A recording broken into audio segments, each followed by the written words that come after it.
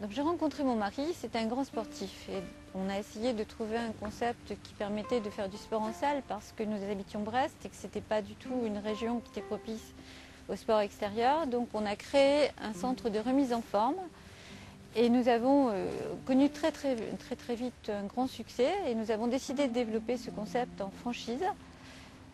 Et nous avons petit à petit, au bout de pas mal d'années, beaucoup de travail, réussi à créer un réseau de 70 franchises qui comptait à peu près 350 salariés.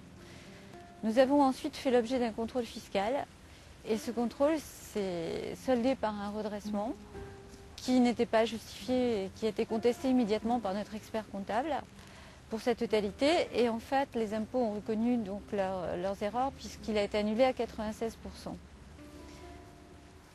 Nous avons, malgré ces contestations fiscales, été mis en redressement et nous pensions à ce moment-là obtenir de l'aide du tribunal de commerce de Brest pour au moins des conseils, essayer de redresser l'entreprise. Et malheureusement, ça n'a pas été le cas puisque l'entreprise a été mise en liquidation très rapidement. Le groupe a été dissous pratiquement. Et les actifs ont été cédés pour un prix complètement dérisoire, pratiquement à 5% de leur valeur. Je n'ai jamais compris pourquoi le tribunal de commerce avait agi de cette façon-là et pourquoi tout poussait à la liquidation du groupe et pas du tout à son redressement du tout. Par contre, j'ai eu un début d'explication beaucoup plus tard lorsque j'ai appris que le même président du tribunal de commerce était en relation avec notre seul concurrent national. Et ceci explique certainement cela, puisqu'il n'y avait une seule possibilité pour notre groupe, c'était la liquidation, et c'était bien évidemment dans l'intérêt de notre concurrent.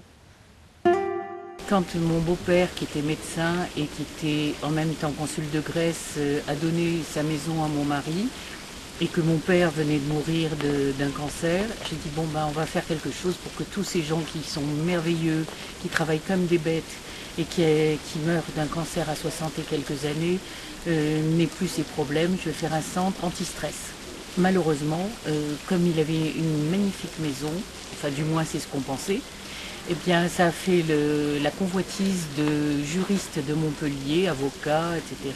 Pourquoi? Parce que le tribunal de grande instance de Montpellier a déménagé à 50 mètres ou à 100 mètres de notre maison. À ce moment-là, on a vu notre clientèle changer. On a vu tous les juristes venir voir la maison. J'en ai même trouvé en train de visiter ma chambre à coucher. Et je ne comprenais pas. Et donc, il y en a un qui est très bien, un avocat de Montpellier, qui m'a dit « Vous vendez votre maison combien ?» On ne la vend pas. On a fait un centre qui est merveilleux et qui plaît à tout le monde. Eh bien, méfiez-vous. Et à ce moment-là, on a découvert plein de choses, puisqu'on n'est pas juriste. Et ils ont décidé de vendre la maison aux enchères à un prix dérisoire. Elle a été vendue pour le 6e ou le 7e de son prix. À qui? À des avocats qui ont tout organisé. Et on a été mis au courant que par hasard, parce qu'on avait une affiche sur la porte. Et ça, c'est inadmissible. Nos créances ont été gonflées dans la proportion de 3 ou 4 d'une manière ahurissante, ce qui nous sidérait car on ne comprenait pas comment ça avait pu être organisé. Et le pire, ça a été pour ma famille l'expulsion qui a été organisée par l'avocat qui a tout organisé aussi dans le cadre de notre vente aux enchères de la maison de famille. Et il faut dire que quand vos enfants ont 10 ans, 18 ans et 19 ans et qu'ils assistent à cela, ils ne croient plus à grand chose et ils se demandent si on vit dans un pays qui est sain et où on respecte les gens et la famille.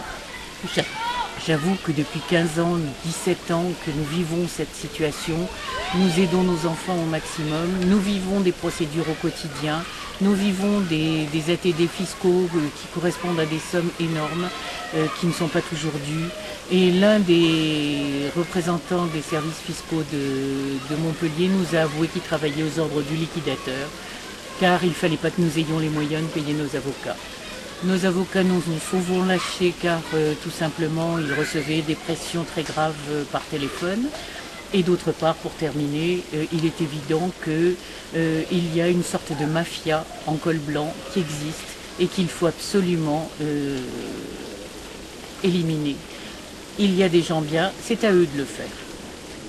Informatique près du Mans, nous nous sommes aperçus, la société s'est aperçue qu'en fait, nous étions en train de réaliser l'étude de marché pour la grande surface locale avec laquelle nous partagions la même banque. Voyant donc l'avenir s'obscurcir de jour en jour, nous avons préféré arrêter l'activité au bout de quelques mois. Mais nous ne savions pas à ce moment-là que nous allions rentrer dans un véritable cauchemar juridique, parce que le liquidateur, dès le départ, avait décidé de nous empêcher d'accéder au contradictoire, comme les faits le prouveront par la suite.